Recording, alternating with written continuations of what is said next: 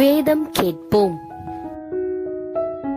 எசேக்கியேல் 43 அதிகாரம். பின்பு அவர் என்னை கீழ் திசைக்கு எதிர் வாசலாகிய வாசலுக்கு அழைத்து கொண்டு போனார். இதோ, இஸ்ரவேலின் தேவனுடைய மகிமை கீழ் திசையிலிருந்து வந்தது. அவருடைய சத்தம் பெரும் வெள்ளத்தின் இரைச்சலை போல இருந்தது. அவருடைய மகிமையினால் பூமி பிரகாசித்தது. நான் கண்ட இந்த தரிசனம் நகரத்தை அழிக்க வந்த போது கண்ட தரிசனம் போல இருந்தது. இந்த தரிசனங்கள் கேபார் நதி அண்டையிலே நான் கண்டிருந்த தரிசனத்தை போலும் இருந்தது. நான் முகங்குப்புற விழுந்தேன். கர்த்தருடைய மகிமை கீழ் திசைக்கு எதிரான வாசல் வழியாய் ஆலயத்துக்குள் பிரவேசித்தது. அப்பொழுது ஆவி என்னை எடுத்து உட்பிரகாரத்திலே கொண்டு போய் விட்டது. இதோ, கர்த்தருடைய மகிமை ஆலயத்தை நிரப்பிற்று. அவர் ஆலயத்திலிருந்து என்னோடே பேசுகிறதை கேட்டேன். அந்த புருஷன் என் அண்டையில் நின்றிருந்தார். அவர் என்னை நோக்கி, மனுபுத்திரனே, இது நான் இஸ்ரவேல் புத்திரரின் நடுவே என்றென்றைக்கும் வாசம் பண்ணும் என் சிங்காசனமும் என் பாத பீடத்தின் ஸ்தானமுமா இருக்கிறது. இனி இஸ்ரவேல் வம்சத்தாரும் அவர்களுடைய ராஜாக்களும் என் பரிசுத்த நாமத்தை தங்கள் மேடைகளில் தங்கள் வேசித்தனத்தினாலும் தங்கள் ராஜாக்களின் பிரேதங்களினாலும் தீட்டுப்படுத்துவதில்லை. அவர்கள் எனக்கும் தங்களுக்கும் நடுவே ஒரு சுவர் இருக்கும்படி தங்கள் வாசற்படியை என் வாசற்படி அண்டையிலும் தங்கள் வாசல் நிலைகளை என் வாசல் நிலைகள் அண்டையிலும் சேர்த்து என் பரிசுத்த நாமத்தை தாங்கள் செய்த அருவருப்புகளினால் தீட்டுப்படுத்தினார்கள். ஆகையால் என் கோபத்திலே அவர்களை நாசமாக்கினேன்.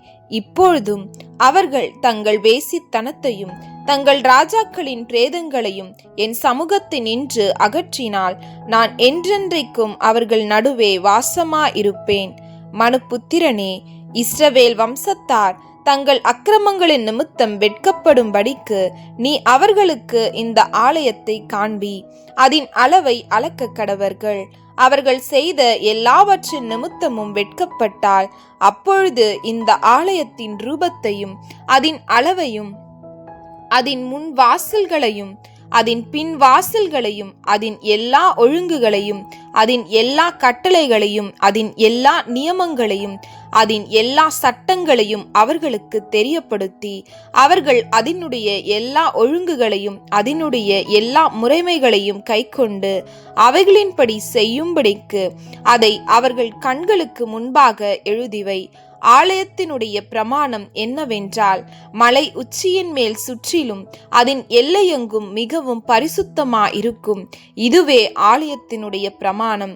முழங்களின்படி அளக்கும் பலிபீடத்தின் அளவுகளாவன: ஒரு கைமுழமும் 4 விரற்கடையும் கொண்டது 1 முழமாகும். அதின்படி சுற்றாதாரம் 1 முழ உயரமும் 1 முழ அகலமும் அதன் ஓரத்தை சுற்றிலும் உள்ள விளிம்பு 1 ஜானுமா இருக்கும். இது பலிபீடத்தின் மேற்புறம். தரையில் இருக்கிற ஆதாரம் துவக்கி கீழ்நிலை மட்டும் 2 முழமும் அகலம் 1 முழமும், சின்ன நிலை துவக்கி பெரிய நிலை மட்டும் 4 முழமும் அகலம் 1 முழமுமா இருக்கும். பலிபீடத்தின் சிகரம் 4 முழ உயரமா இருக்கும். பலிபீடத்தின் சிகரத்துக்கு மேலே 4 கொம்புகள் இருக்கும். பலிபீடத்தின் சிகரம் 12 முழ நீளமும் 12 முழ அகலமும் தன் 4 பக்கங்களிலும் நாற்சதுரமா இருக்கும்.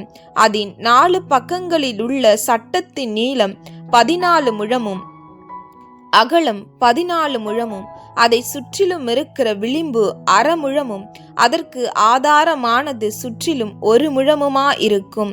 அதன் படிகள் கிழக்குக்கு எதிராயிருக்கும் என்றார். பின்னும் அவர் என்னை நோக்கி, மனுபுத்திரனே, கர்த்தராகிய ஆண்டவர் உரைக்கிறது என்னவென்றால், பலிபீடத்தை உண்டு பண்ணும் நாளிலே அதன் மேல் தகன பலி இடுகிறதற்கும் அதன் மேல் இரத்தம் தெளிக்கிறதற்குமான கட்டளைகள் ஆவன: எனக்கு ஆராதனை செய்கிறதற்கு என்னிடத்தில் சேருகிற சாதோக்கின் வம்சத்தாரான லேவி கோத்திரத்தார் ஆகிய ஆசாரியர்களுக்கு நீ பாவ நிவாரண பலியாக ஒரு இளங்காளையை கொடுப்பாயாக என்று கர்த்தராகிய ஆண்டவர் சொல்லுகிறார். அதன் இரத்தத்தில் கொஞ்சம் எடுத்து அதன் 4 கொம்புகளிலும் சட்டத்தின் 4 கோடிகளிலும் சுற்றி இருக்கிற விளிம்பிலும் பூசி பாவ நிவர்த்தி செய்து அதை சுத்திகரித்து பின்பு பாவ நிவாரணத்தின் காளையை கொண்டு போய் அதை ஆலயத்திலே பரிசுத்த ஸ்தலத்துக்கு புறம்பாக குறிக்கப்பட்ட இடத்திலே சுட்டெரிக்க வேண்டும். 2ஆம் நாளிலே பழுதற்ற ஒரு வெள்ளாட்டு கடாவை பாவ நிவாரணத்துக்காக பலியிடுவாயாக.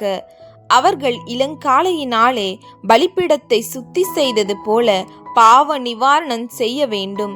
நீ பாவ நிவாரணத்தை முடித்த பின்பு பழுதற்ற ஒரு இளங்காளையையும் பழுதற்ற ஒரு ஆட்டுக்கடாவையும் மந்தையிலிருந்தெடுத்து பலியிடுவாயாக. அவைகளை கர்த்தருடைய சந்நிதியில் பலியிடுவாயாக. ஆசாரியர்கள் அவைகளின் மேல் உப்பு தூவி அவைகளை கர்த்தருக்கு தகுன பலியாக இடக்கடவர்கள். 7 நாள் வரைக்கும் தினம் தினம் பாவ நிவாரணத்துக்காக ஒரு வெள்ளாட்டு கடாவை படைப்பாயாக. பழுதற்றவைகளான இளங்காளையையும் மந்தையிலிருந்தெடுத்த ஆட்டுக்கடாவையும் படைப்பார்களாக. 7 நாள் வரைக்கும் பலிபீடத்தை பாவ நிவர்த்தி செய்து அதை சுத்திகரித்து பிரதிஷ்டை பண்ண கடவர்கள்.